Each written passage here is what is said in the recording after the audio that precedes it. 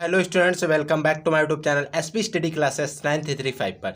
तो स्टूडेंट, आज के इस वीडियो के अंदर हम लोग बात करेंगे क्लास 12 फिजिक्स को लेकर। अब फिर वो क्लास 12 हो या फिर क्लास 10 हो, इससे कोई फ़र्क नहीं पड़ता है, क्योंकि फिजिक्स सभी में एक है।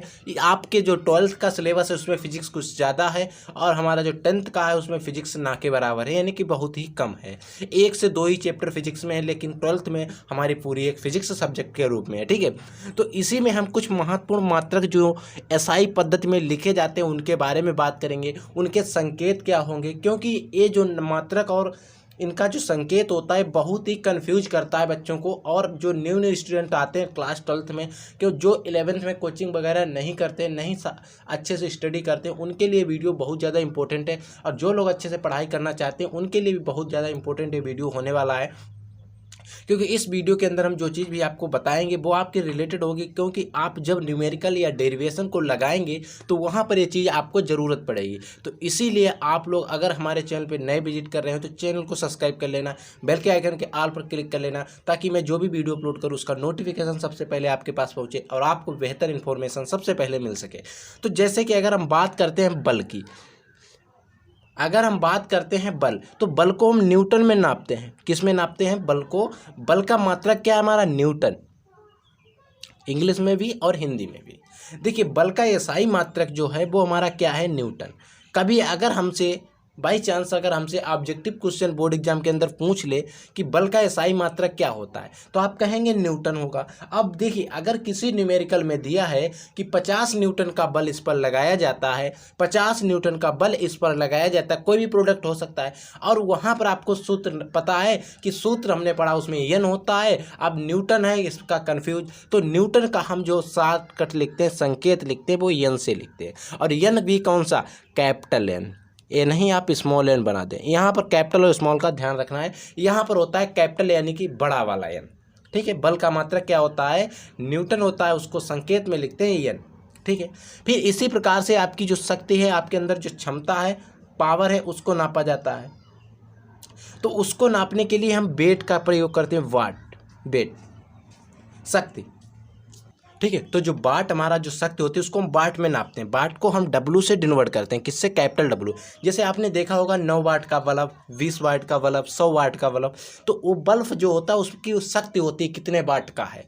तो वही उसी को हम क्या करते हैं? शक्ति को ही वाट से लिखते हैं, और इसको हम इस संकेत पद में लिखते हैं डब्लू से। ठीक है, नेक्स्ट देखिए, हम बात करते हैं विद्युत आवेश की।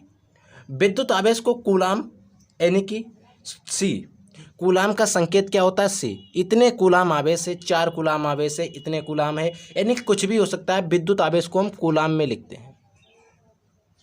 आवेश को हम क्यू से भी लिखते हैं।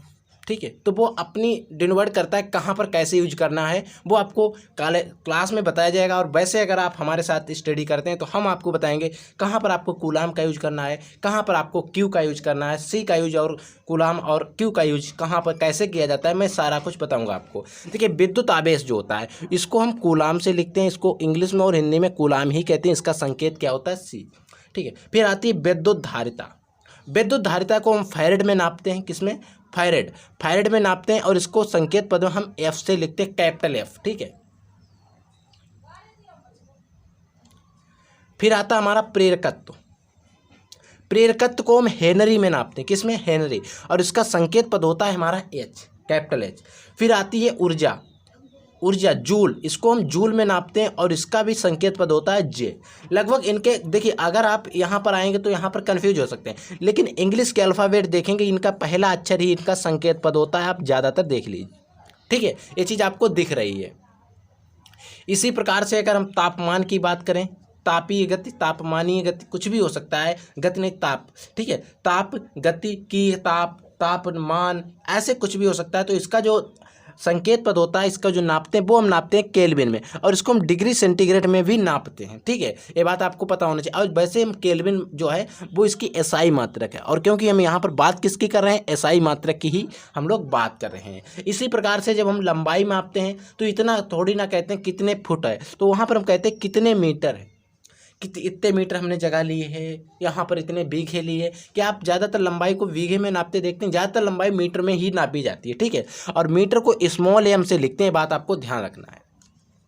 इसमें जो भी आए लगभग सभी कैपिटल एम से थे, लेकिन एक क्या है स्मॉल एम से, कैपिटल एम से नहीं है। स्मॉल एम से मीटर की लंबाई को नापना है, ठीक है। इसी प्रकार से अगर हम बात करते हैं द्रव्यमान की, द्रव्यमान जो होता है उसको हम किलोग्राम में या केजी में नापते हैं। केजी इसको 60 में कहते हैं, किलो का के ले लिया, ग्राम का जी ले लिया, तो इसको बना दिया केजी। किलोग्राम में हम क्या करते हैं द्रव्यमान नापते हैं। हम जो भी सामान लेने जाते हैं 1 किलो 2 किलो ऐसे करके 1 केजी 2 केजी ऐसे करके जो भी हम इनको नापते हैं, द्रव्यमान जो नापते हैं वो हम किससे नापते हैं, केजी में नापते हैं, ठीक है। अगर हम बात करते हैं समय, समय का मात्रक हमारा सेकेंड होता है, इसको स्मॉल एस से लिखते हैं। पदार्थ की मात्रा को हम मोल में नापते हैं, इसको इसका संकेत पद भी मोल ही होता है। अब हम बता दें आपको इसमें कुछ इंपॉर्टेंट है, जैसे जो एग्जाम में 1 नंबर में बहुविकल्पी प्रश्न में पूछे गए, तापीय गति का मात्रक, प्रेरकत्व का मात्रक, ठीक है, इनके मात्रक पूछ लेता है, क्या होता है हेनरी हो गए, ठीक है। और पदार्थ की मात्रा का बहुत ज़्यादा पूछता है, इसका पूछता है संकेत पद क्या होगा, संकेत क्या होगा, और वो वहाँ पर मालूम क्या देगा, कैपिटल एम देगा, स्मॉल एम देगा, ठीक है। इसी और एन भी दे देता है, और एक जगह पर मोल पूरा लिख देता है। और बच्चे क्या सोचते हैं कि हमें संकेत पद लिखना है तो हमारा ये मोल वाला तो बिल्कुल नहीं होगा, क्योंकि मोल तो उसमें कई अक्षर है, संकेत पद एक का होता है। तो वो क्या करते हैं स्मॉल एम मार के चले आते हैं, कैपिटल एम मार के चले आते हैं, लेकिन वहाँ पर सही क्या होता है, हमारा पूरा मोल या मोल वाला सही होता है। बात आपको ध्यान रखनी है। इसी प्रकार तापीय गति का केल्विन मापते हैं, वो वहाँ पर सेंटीग्रेड भी दे सकते हैं, लेकिन ज़्यादातर एरर केस में सेंटीग्रेड देंगे अगर वो आपको फंसाना ही चाहेंगे, अन्यथा सेंटीग्रेड का ऑप्शन नहीं होगा, वहाँ पर आपका केल्विन का मात्रक। और वहाँ पर अगर सेंटीग्रेड होगा भी तो वहाँ पर बता देगा उसको एसआई मात्रक चाहिए या सीजीएस पद्धति में चाहिए, वो सब कुछ आपको बता देगा, ठीक है, वो उस क्वेश्चन के अंदर देगा।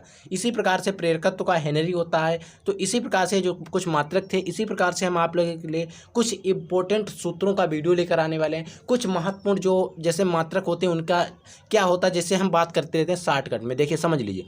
जैसे इलेक्ट्रॉन होता है, 1 इलेक्ट्रॉन पर कितना आवेश होता है, 1.6 × 10⁻⁻19 कूलम, इतना आवेश होता है 1 इलेक्ट्रॉन पर। तो इसी प्रकार से जो आवेश वाले शब्द हैं इनको भी मैं आपको एक अच्छे से वीडियो में डिस्कस कर लेंगे, क्योंकि ये आप जैसे जैसे आप आगे पढ़ेंगे वहाँ पर आपको ये फंसेंगे, ठीक है। तो आई होप ये वीडियो आपको पसंद आया हो। वीडियो अगर आपको पसंद आया हो तो वीडियो को लाइक कर देना, चैनल पर नए तो चैनल को सब्सक्राइब कर देना, ठीक है। तो जय हिंद, वंदे मातरम।